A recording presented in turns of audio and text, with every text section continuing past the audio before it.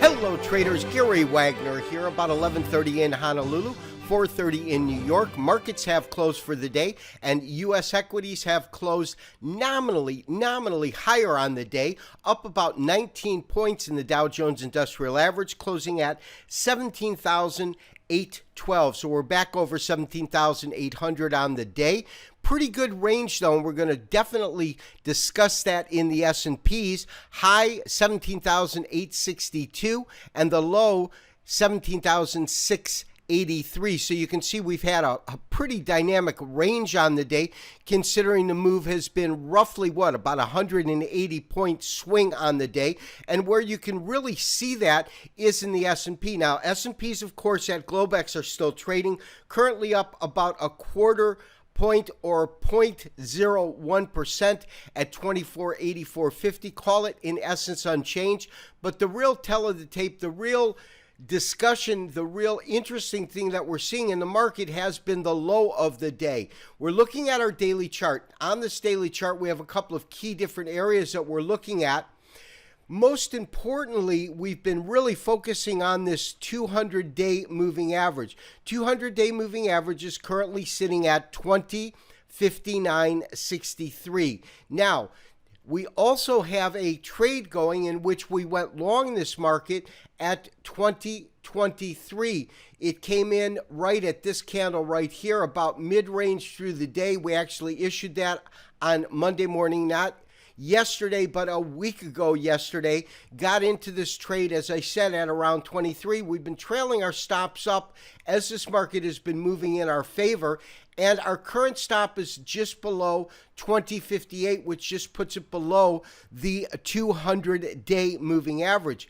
We had this market genuinely hit a low today that was close to that point. When we put our pointer on there, it comes in at around 2066.28, and that is really where we had this low. So just above by about 6.7 points above the 200-day moving average. So effectively, my recommendation for this trade is obviously we still want to maintain our current long position, especially if we go into a rally and that rally continues not only through the Thanksgiving weekend, but into the holiday season. But of course, once again, we do have traders awaiting the last FOMC meeting. It is highly anticipated that we will get a rate hike on the 16th when that the minutes come out, that will be informed of that. But I think that what we have been seeing in the marketplace, one, is a base forming at about the 2080 point. We can see that when we effectively look at the real bodies of these last couple of trading days. And the trading days that I'm talking about, of course, are these right in here. But these last trading days, except for today's low, we've really been able to trade effectively right at around that area, meaning about a 2079 on the low, and on the high, call it 2090, 2088 in that area. So we've effectively seen, just in terms of the opens and closes over the last couple of days, an effective sideways market, which to me, in this type of a market, really spells out some sort of consolidation in the market, because genuinely the way that we've seen this market clip up, and it has clipped up from about 1860, as you get dramatic price increases, some sort of consolidation in the market or mild correction, and then you get a further spike. Of course, this spike came in, and then we had a very, very small correction over 2 days,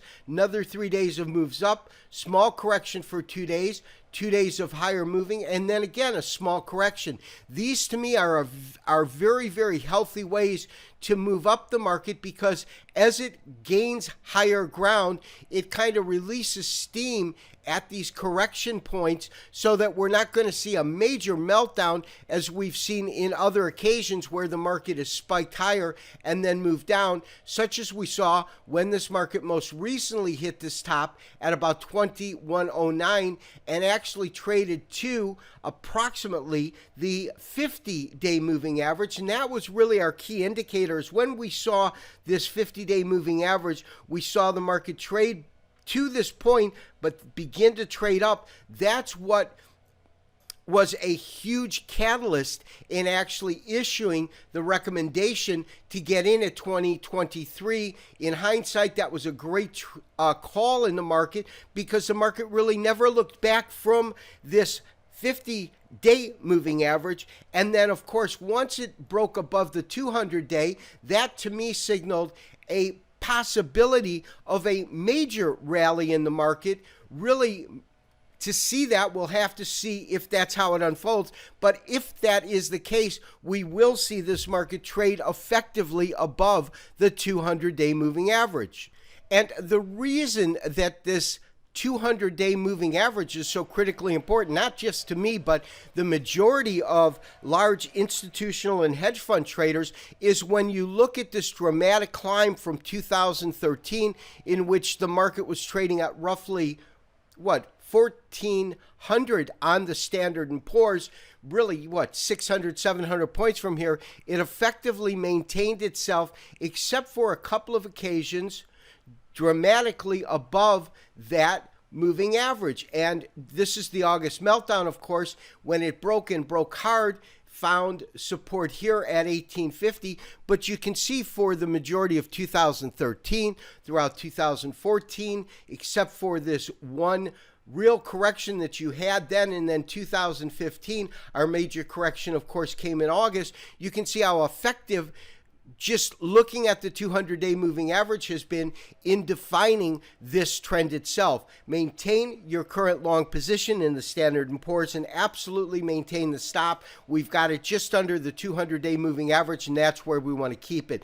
This has been Gary Wagner, wishing you, as always, good trading. We'll talk to you tomorrow, day before Thanksgiving. Bye-bye.